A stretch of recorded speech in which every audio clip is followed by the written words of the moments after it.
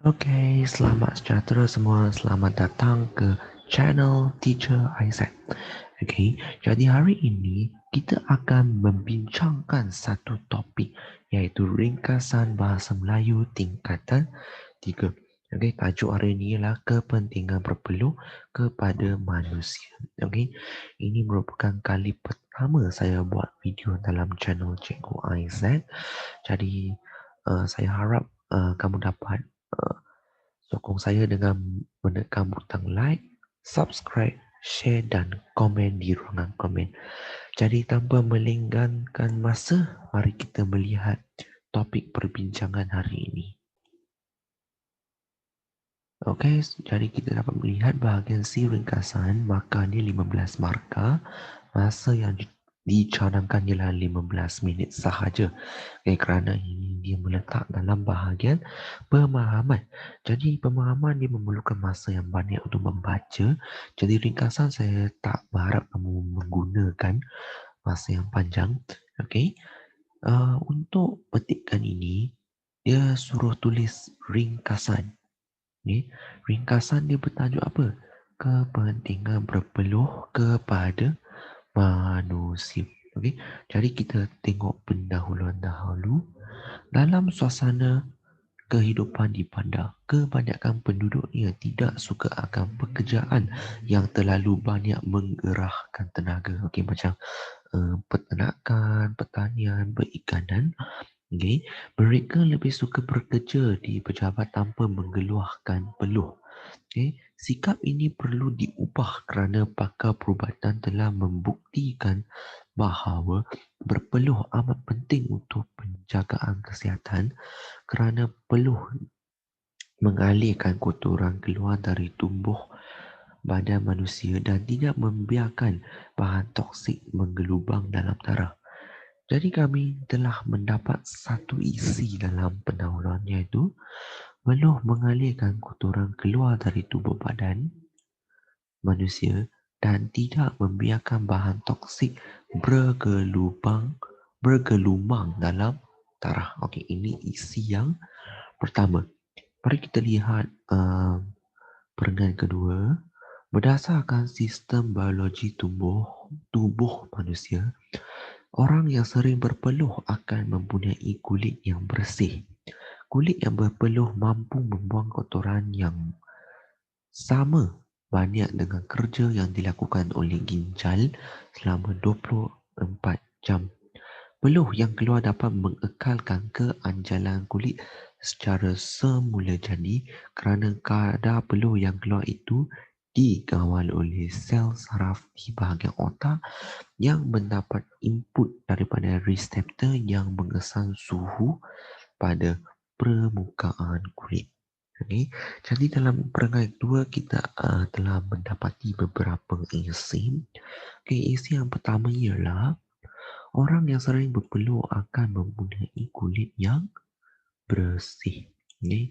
Ini adalah isi yang kedua. Lepas tu kita melihat isi yang ketiga ialah kulit yang berpeluh mampu membuang kotoran yang sama banyak seperti kerja yang dilakukan oleh ginjal selama 24 jam. Okey. So, petikan ini untuk perangan pertama dan kedua kita dah mendapat 3 isi. Jadi kita melihat perangan ketiga. Tujuan pengeluaran peluh ini adalah untuk menyejukkan tubuh badan kerana peluh dapat mengimbangi suhu tubuh supaya kekal stabil. Oleh sebab itu, terapi peluh dilakukan di rumah mandi wam sebagai salah satu cara perubatan tertua seperti sauna di Finland, hamam di Timur Tengah, Sifutu di Afrika dan Sento di Jepun. Di samping itu, rembesan peluh dapat mencegah penyakit seperti eczema, jerawat yang berpunca daripada liang roma yang tersumbat. Minta maaf ada sedikit kekacauan tadi. Okay. Jadi dalam perangan ketiga kita juga dapat beberapa isi. So isi yang keempat ialah Tujuan pengeluaran peluh ini adalah untuk menyejukkan tubuh badan. Okey, dah cukup. Kerana belakang kerana peluh dapat mengimbangi suhu tubuh supaya kekal stabil. Ini adalah huraian isi. Okey, bukan isi utama dia, bukan ayat topik. Okey. Jadi isi yang kedua dalam perenggan ketiga ialah di samping itu, rembesan peluh dapat mencegah penyakit seperti eczema dan jerawat yang berpunca daripada liang stoma yang tersumbat. Okay, so kita dah dapat 5 isi. Sekarang mari kita lihat perenggan yang terakhir.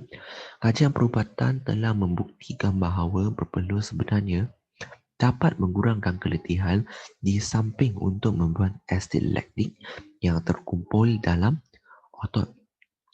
Selain melalui najis dan kencing, bahan urea atau sistem metabolisme juga dinyahkan dengan cara berpeluh.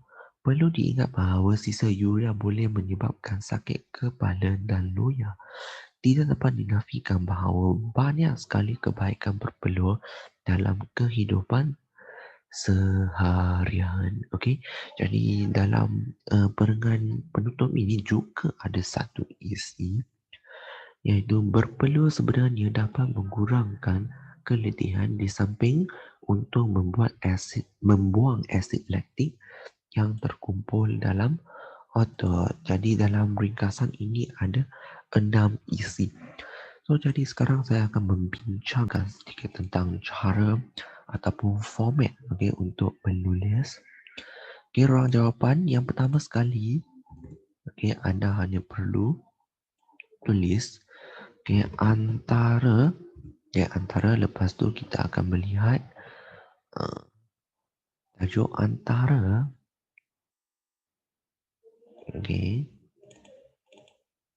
antara kepentingan berpeluh kepada manusia ialah tulis isi yang pertama. Lepas tulis ini, tulis isi yang pertama. Lepas tu tulis line itu.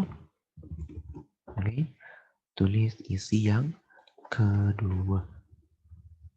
Lepas tu tulis isi yang ketiga di samping itu. Tulis isi. Lepas tu tulis tambahan pula ataupun seterusnya. Guna penanda wacana yang kamu sukalah. Lepas tu letak isi yang keempat. Lepas tu lebih-lebih lagi ataupun tambahan pula kalau kamu tak guna pada isi yang keempat. Lebih-lebih lagi ataupun isi yang kelima. Tulis. Lepas tu akhir sekali. Last punya isi tulis je. Isi ke-6. Jadi kamu tak payah membuat apa-apa pendahuluan dan juga penutup. Ringkasan ini simple saja. Kalau yang nak buat penutup dan pendahuluan itu rumusan. Ini beza. Beza dengan rumusan.